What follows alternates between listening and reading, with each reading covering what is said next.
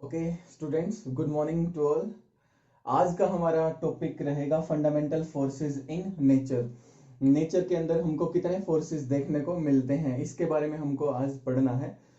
तो बेसिकली बिल्कुल फंडामेंटली हमको नेचर में चार ही फोर्स देखने को मिलते हैं, या फिर जितने भी आपने फोर्स पढ़े हैं वो तो चार से बहुत ज्यादा हैं। जैसे आपने पढ़ा होगा ग्रेविटेशनल फोर्स, आपने पढ़ा होगा टेंशन फोर्स, आपने पढ़ा होगा friction force, viscosity force, nuclear force. तो बहुत सारे फोर्सेस आपने पढ़े हैं, लेकिन कहीं ना कहीं वो सारे के सारे फोर्सेस, ये जो चार फंडामेंटल फोर्सेस हम लिखने वाले हैं, उन्हीं चारों में से किसी न किसी एक का पार्ट होता है। इन्हीं के बारे में आज देखना है हमको। तो सबसे पहले आज हम पढ़ लेते हैं सबसे पहला ग्रेविटेशनल फोर्स।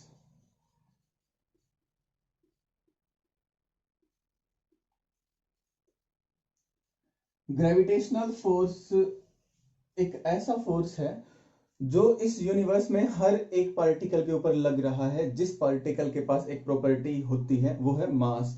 अगर किसी ऑब्जेक्ट के पास मास है तो हर उस ऑब्जेक्ट के बीच में जिसके पास मास है, ये ग्रेविटेशनल फोर्स आपका काम कर ही रहा होता है। तो हम बोल सकते हैं ये जो ग्रेविटेशनल फोर्स है वो एक यूनिवर्सल फोर्स है, क्योंकि यूनिवर्स में हर एक चीज के ऊपर ये लग रहा होता है। क्यों लगता है ये, क्या बताया मैंने इसकी प्रॉपर्टी? तो हमने बताया कि ये लगता है ड्यू टू मास। ऑब्जेक्ट्स के पास जो प्रॉपर्टी है उनकी खुद की मास, उसके कारण ये लग रहा होता है।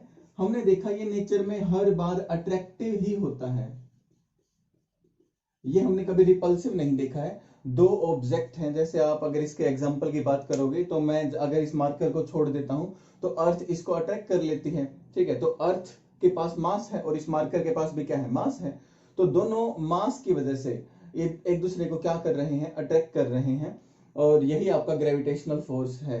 अगर और एग्जांपल इसके लिए जाएंगे तो जो सन है, सन के चारों तरफ प्लैनेट्स रिवॉल्व करते हैं, मून अर्थ के चारों तरफ रिवॉल्व कर रहा है, तो ये सारे ग्रेविटेशनल फोर्स की कैटेगरी में ही आते हैं। तो ये हमेशा कैसा होता है, अट्रैक्टिव होता है।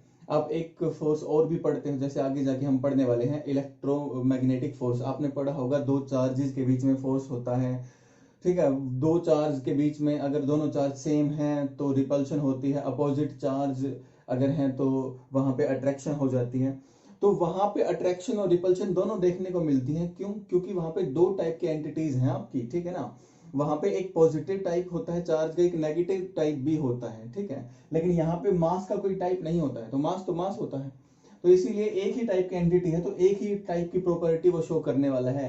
तो वो कौन सी है, वो है अट्रैक्टिव। तो ये हमेशा अट्रैक्टिव होता है नेचर में, कभी भी रिपल्सिव हमने ये नहीं देखा है। ठीक है, इसके बाद हम अगर दूसरे फोर्स की बात करेंगे तो ये फोर्स होता है आपके पास इलेक्ट्रोमैग्नेटिक फोर्स।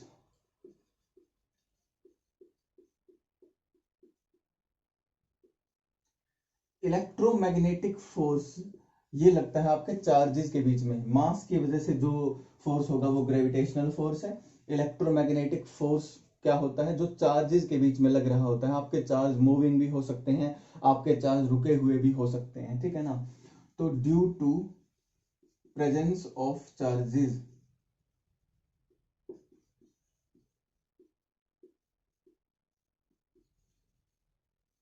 इसका जो नेचर है वो कैसा हो सकता है, वो अट्रैक्टिव भी हो सकता है, वो रिपल्सिव भी हो सकता है। अट्रैक्टिव भी हो सकता है और रिपल्सिव भी हो सकता है। आपको पता है कि अगर दोनों चार्जेस आपके सेम हैं, लाइक चार्जेस, तो लाइक चार्जेस एक दूसरे को क्या कर रहे होते हैं, पॉजिटिव पॉजिटिव और नेगेटिव नेगेटिव, ये एक दूसरे को रिपेल कर रहे होते हैं। और अनलाइक चार्जेस अट्रैक्ट करते हैं। तो ये हमारे पास दूसरे टाइप के फोर्स हैं, इलेक्ट्रोमैग्नेटिक फोर्स। आप देखोगे नॉर्मली अगर ग्रेविटेशनल फोर्स को छोड़ दिया जाए तो इस नेचर में हमको जो दिखते हैं वो सारे के सारे इलेक्ट्रोमैग्नेटिक फोर्सेस ही होते हैं। आपने पढ़ा होगा, इसके एग्जांपल्स अगर मैं बात करता हूं तो आपने पढ़ा टेंशन फोर्स। एक रस्सी के अंदर हमने एक रस्सी के नीचे कोई लोड अप्लाई कर दिया, रस्सी के अंदर एक टेंशन आ गया, तो ये मॉलिक्यूल्स की वजह से होता है। मॉलिक्यूल दूर दूर चले जाते हैं। ठीक है, तो मॉलिक्यूल की अरेंजमेंट बिगड़ गई है, तो पॉजिटिव चार्ज नेगेटिव चार्ज ये भी यहाँ पे ही है कुछ ना कुछ। तो इलेक्ट्रोमैग्नेटिक फोर्स का ये पार्ट होता है, आपका फ्रिक्शन फोर्स होता है, ठीक है, विस्कस फोर्स होता है, तो ये सारे इसी के पार्ट होते हैं आपके। ओके, इसके बाद एक और फोर्स हमने नेचर में देखा है जिसको हम बोलते हैं वीक न्यूक्लियर फोर्स। ये जो वीक न्यूक्लियर फोर्स है, नाम से भी क्लियर है, न्यूक्लियर इसके अंदर वर्ड आता है, तो सिर्फ न्यूक्लियर रेंज के अंदर अंदर काम कर रहा होगा। ये आपका न्यूक्लियस बहुत छोटा होता है, 10⁻⁻15 मीटर, उससे भी कम डिस्टेंसेस पे के बीच में लग रहा होता है, बहुत ही शॉर्ट रेंज फोर्सेस है ये आपका, ठीक है, वीक न्यूक्लियर फोर्स। लेकिन ये हर बार आपको दिखाई नहीं देता है, ये कुछ ही प्रोसेस में, कुछ न्यूक्लियर प्रोसेस होती है उन्हीं के बीच ये दिखाई देता है। तो appears in some nuclear process, जैसे कि एक होता है बीटा डीके, आपका रेडियो एक्टिव मटेरियल्स होते हैं, रेडियो एक्टिव मटेरियल से लगातार कुछ पार्टिकल्स निकलते रहते हैं, alpha particle, beta particle, gamma rays, इस टाइप से। तो जब बीटा डीके होता है तब हमको ये वीक न्यूक्लियर फोर्स देखने को मिलता है। तो जब बीटा डीके होता है तो इस बीटा डीके में कुछ पार्टिकल्स निकलते हैं, जैसे कि आपका निकल गया न्यूट्रिनो,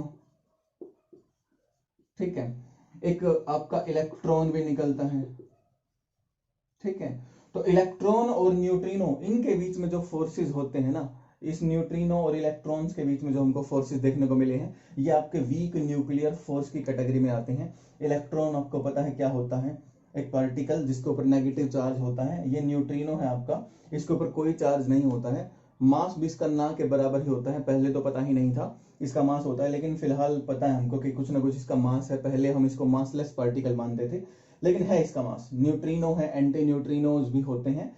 इसी तरीके से इन पार्टिकल्स के बीच में ये लग रहा होता है आपका वीक न्यूक्लियर फोर्स। अच्छा, एक लास्ट हम पढ़ते हैं, फोर्थ हमारा स्ट्रॉन्ग न्यूक्लियर फोर्स। तो ये भी नाम से क्लियर है, ये भी कहां लग रहा होगा, न्यूक्लियर डिस्टेंसेस के ऊपर ही काम कर रहा होगा। यहां भी न्यूक्लियर वर्ड आता है, यहां भी न्यूक्लियर वर्ड ही आता है।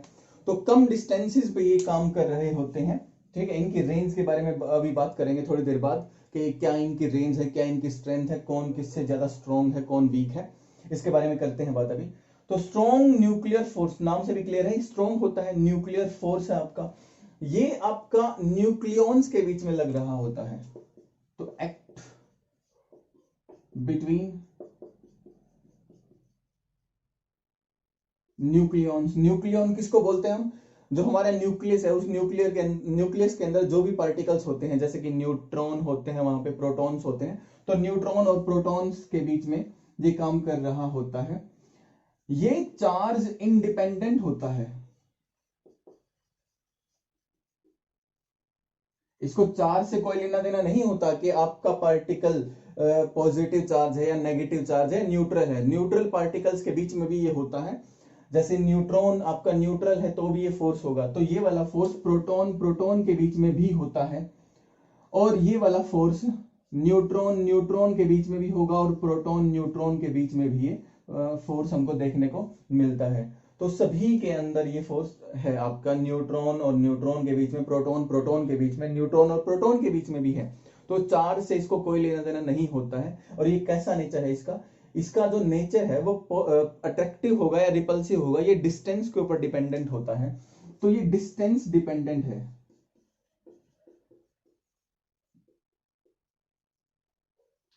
ये जो स्ट्रॉन्ग न्यूक्लियर फोर्स है वो डिस्टेंस के ऊपर डिपेंडेंट होता है कि ये अट्रैक्टिव होगा या रिपल्सिव होगा। ये दोनों ही नेचर शो कर सकता है, अट्रैक्टिव भी और रिपल्सिव भी।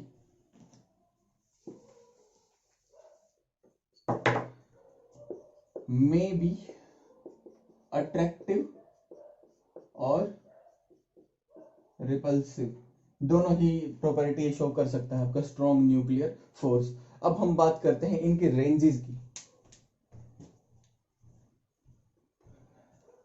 तो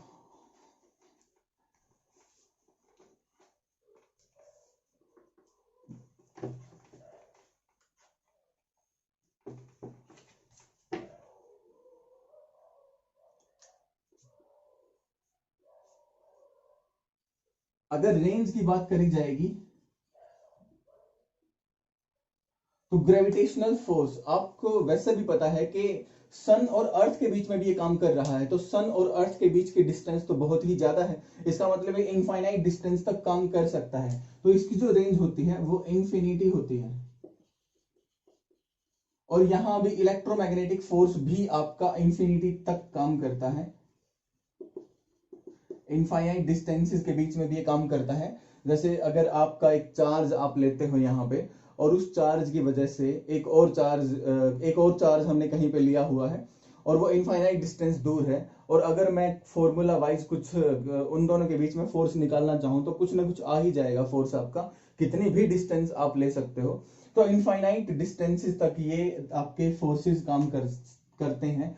जो आपका स्ट्रॉन्ग न्यूक्लियर फोर्स है वो तो सिर्फ न्यूक्लियस के अंदर ही काम करेगा, यहाँ प्रोटॉन पड़ा है, प्रोटॉन है, न्यूट्रॉन है, न्यूट्रॉन है, तो प्रोटॉन प्रोटॉन, न्यूट्रॉन न्यूट्रॉन या प्रोटॉन न्यूट्रॉन के बीच में काम करता है।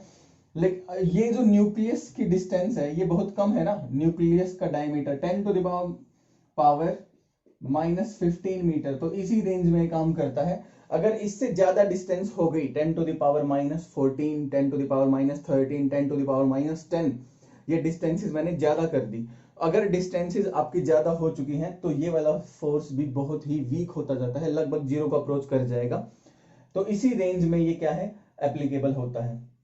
वीक न्यूक्लियर फोर्स जो है इससे भी कम रेंज पे काम करता है, और इसकी जो रेंज होती है वो 10 टू द पावर -16 मीटर या फिर 17 मीटर, तो ये तो बहुत ही कम डिस्टेंस पे काम कर रहा होता है।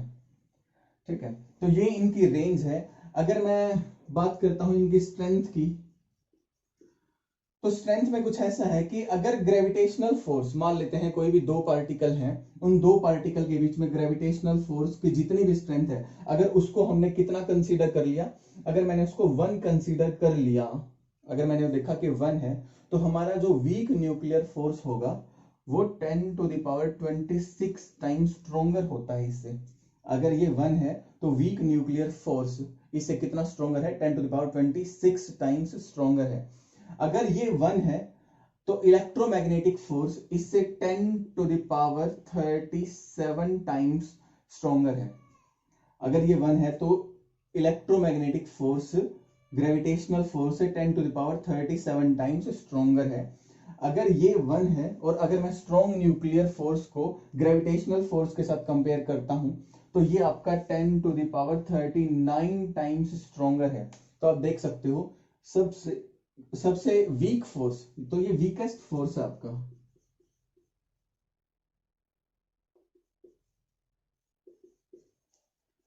इस नेचर में जो वीकेस्ट फोर्स हमको देखने को मिला है वो ग्रेविटेशनल फोर्स ही है। उसके बाद इससे स्ट्रॉन्ग जो होता है वो कौन है, वीक न्यूक्लियर फोर्स, और इससे भी स्ट्रॉन्ग कौन है, इलेक्ट्रोमैग्नेटिक फोर्स, और सबसे स्ट्रॉन्ग कौन है, आपका स्ट्रॉन्ग न्यूक्लियर फोर्स। तो ये स्ट्रॉन्गेस्ट फोर्स है।